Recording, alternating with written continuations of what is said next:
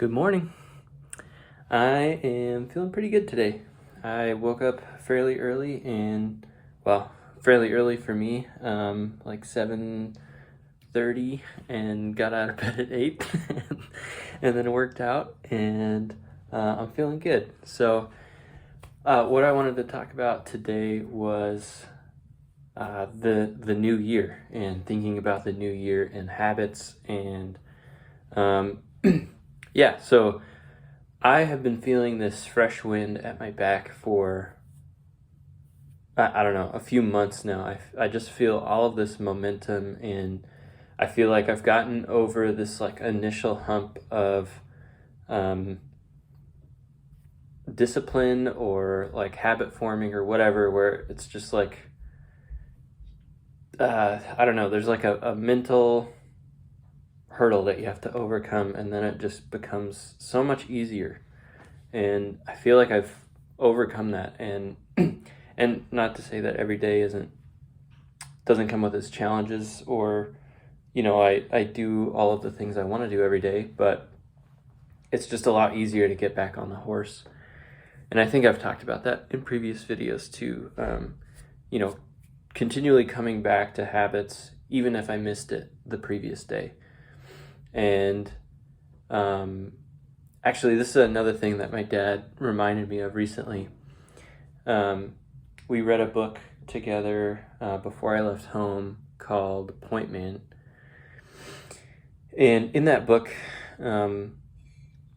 he spends a chapter talking about spending time with the Lord. And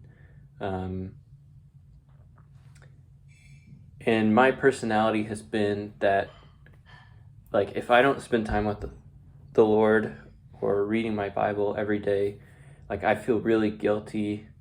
And then, that guilt compounds, like, if I haven't spent many days, doing that, and I feel really guilty, and I feel like I can't come back and even just pray a little bit or read or whatever. So, what this guy says in this book, he says that it's not that, you're bad or whatever for missing out, but it's that you missed out on what the Lord had for you that day. And it's more about, you showing up for what the Lord has for you that day than you being in the wrong or sinning, or, obviously it's not a sin to not read or something like that or pray, but you just miss out on the good that he has for you that day. And I totally think that carries over to other habits. If you miss a habit or miss the thing that you want to do that day, then you just miss out on the growth and the benefits that you'll see later on from working on that habit. And I've seen the effects of not doing habits over the past few years. I've lost all of the strength that I had when I was younger, and all of my like flexibility and whatever. Like, it's really hard for me to like go be physical now, because I've not been working out or doing anything active for a long time.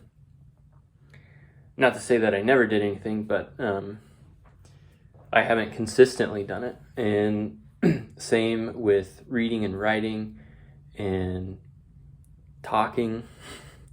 And that's why I'm making these videos, like, in a given day, like, I hardly say any words because I'm just at my computer. I'll have, like today, I have one meeting on my calendar that's stand-up, and that might last 45 minutes. And it will mostly be other people talking. And then, I am done with work, and I just go down and talk to the baby and talk to my wife a little bit, and then I'm back on the computer or going to bed or whatever. So, talking has been like a huge a huge thing for me that I've seen decline. As well as like my vision. Like I haven't had good habits with looking away from the computer, and now my vision is declining even more. So anyway, all that to say, like I have been missing out on all of these good things in my life, and instead of stepping up and taking on the discipline, and I guess the weight or the work of that, working now for the benefits later compared to working later for no benefit, or I guess like for the pain. So anyway, that's kind of what I'm thinking about right now today. And I guess like on a technical or like thinking about products and stuff like that on a personal note, I'm really wanting to expand my Twitter and kind of my online presence. It's something I see a lot of other indie developers doing, and I just I feel like I have some good stuff, some good perspective to share, but I'm just trying to figure out how to refine that so people are interested, especially when like I launched this little songwriting thing, and I really didn't get. I got one like from Jason, so thank you, Jason. and then I tweeted something like a few days later about something totally random, and I got 6 likes. So obviously I don't have a huge following at all right now, but I would really like to grow that this next year and try to be consistent on Twitter. And my goal would be at least 1,000 followers on Twitter and have a small platform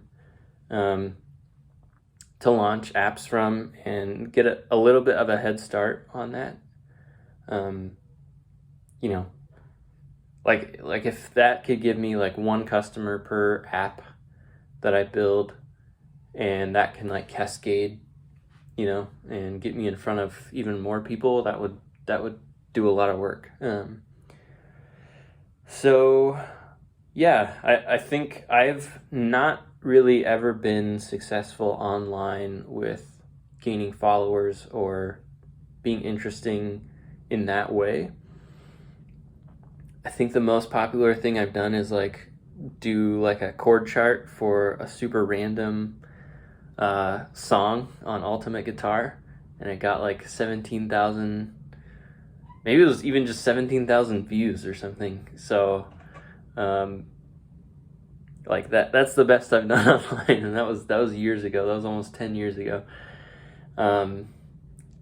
Yeah, so we'll see. I really, really want to build that up. And this is what I was going to say. So I feel like it will be a small proving ground for developing my ability to market either myself or the products that I'm building. And it will allow me to practice that in kind of a